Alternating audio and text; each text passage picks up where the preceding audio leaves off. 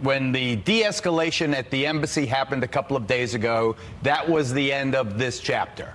The United States, with its firmness, had won the victory. It wasn't going to be Benghazi. It wasn't going to be, Tehran from 1980. We won that tactical victory. Now we have taken this huge military escalation. Now I fear the worst. You're going to see the U.S. markets go crazy today. You're going to see the price of oil spiking today. This is a very, very big deal. And I don't know if you heard, but this isn't about his resume of blood and death.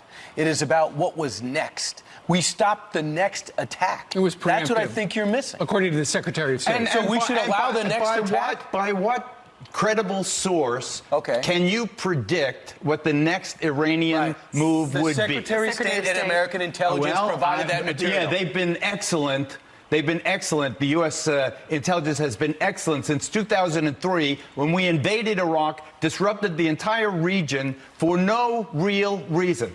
Don't for a minute start cheering this on. What you have done, what we have done, we have unleashed. I will cheer it on. We have. All right. Well, you like Lindsey Graham, have never met a war you didn't like. That is not true. And don't even say that. If President Trump wanted de-escalation, we should just let him kill us for another 15 years. If President Trump wanted de-escalation and to bring our troops home, what this was a reaction to. What about the 700 Americans that are dead? Should they not be happy?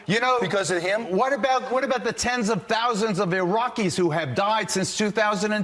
You have to start seeing things. What the hell are we doing in Baghdad in the first place? So why are we there? Why aren't these forces You're blaming home? President Bush for the maniacal. I am blaming President Bush. I am blaming President Bush in 2003 for those fake weapons of mass destruction that never existed and the con job that drove us into that war. Geraldo, I think there's a disagreement here at the desk on all of that. This is Geraldo of Fox News taking a decidedly strong position against the president amid the news that Trump ordered the assassination of Iran's most powerful general and number 2 in command, Soleimani. Now, right off the bat, Brian Kilmeade claims that the rationale for this assassination, that there was a credible threat, was that the intelligence community said so. And so it's nice to see that Republicans suddenly believe the intel community again after spending the last 3 years promoting Trump's attacks against them, after spending 3 years casting doubt on their unanimous findings that Russia, not Ukraine, interfered in the 2016 election, after spending 3 years parroting Trump's talking points that they're just part of a deep state coup to steal the presidency from Trump.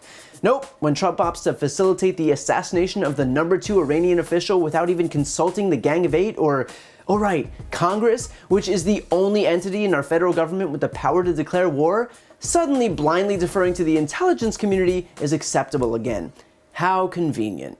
Of course, it shouldn't come as much of a surprise that those not desperate for a retweet from the president are skeptical, considering the very last time that Americans were led into a war in the Middle East, it was on the pretense of weapons of mass destruction that surprisingly never seemed to materialize. And here's the thing, at least back then, there was an excuse, even though it was a complete and utter lie. Here, we haven't even been given a reason. The White House has only said that there was a, quote, imminent threat, and yet no details of any imminent threats have been released. And even Defense Department officials have claimed that they knew of only general threats. But hey, what could possibly go wrong by placing our blind trust in a government desperate to get mired in a war in the Middle East? The fact is that while Trump points to the idea of de-escalation as his justification, this is not how you de-escalate tensions. Ordering the assassination of the number 2 most powerful person in Iran, however awful he may be, and rest assured, he was awful, still does not lend itself to peace. Iran has already vowed retaliation. Our diplomats and embassies and foreign service officers and military troops are all in immediate danger as a direct result of this. The unequivocal truth about this entire campaign is that Americans are less safe because of it. Of course, aside from Geraldo, the rest of the Fox and Friends cast isn't there to give any good faith analysis of the implications of assassinating a head of state. It's there to defend Trump. That's it. They are nothing more than state TV meant to cheer on any and all moves that Trump makes, and that includes likely inciting a new war in the Middle East, despite being mired in a grossly unpopular existing war in the Middle East that was started on equally unsubstantiated grounds, and this new war being started by a guy who campaigned expressly against endless wars. In other words, despite the fact that there is clearly no logical reason to applaud what happened, this isn't about logic, it's about being a cheerleader for Trump. In other words, Fox is happy to defend Trump when he starts a war, just like they're happy to defend him when he attacks others, Obama, at the prospect of starting a war. All right, let's talk about something you said this week that I thought was fascinating. And you said that you believed that President Obama might start a war with Iran because that puts us in a position of, joining together as a country and following the president, and that he would do it right before the election. What do you base that on? Well, that's just a prediction I make. I think that he will start a war. I think that we will have a war. I think Iran is being very foolish. If you look at what's happened to Gaddafi, they overplayed. He overplayed his hand. If you look at what happened in Iraq, you talk about overplaying a hand. All he had to do is say, come in and check, we don't have anything. But, of course, that would have caused a problem perhaps with Iran, and maybe that's why he didn't say it. But I think Iran is overplaying their hand. And if they're smart, they'll do something. Because I have said that, in my opinion, Obama will start a war. That will even with his base. I mean, we're in the longest war in American history in Afghanistan. But for about 3 weeks, he'll be very popular. By the way, 6 months later, he'll be very unpopular, but by that time, it's too late. You think he's that sinister?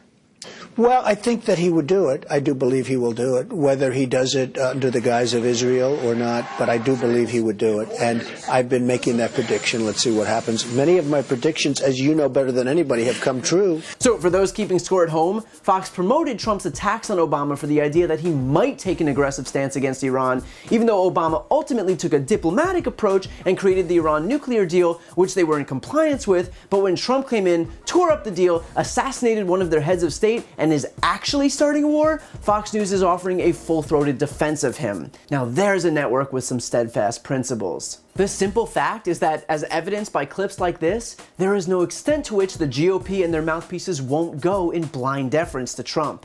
Whether it's allowing him carte blanche to commit international extortion schemes, or obstruct Congress from doing its constitutional duty of oversight, or starting a brand new war to distract from all of it, Republicans will jump on board because their sole priority is nothing more than defending Donald Trump and retaining their party's grip on power.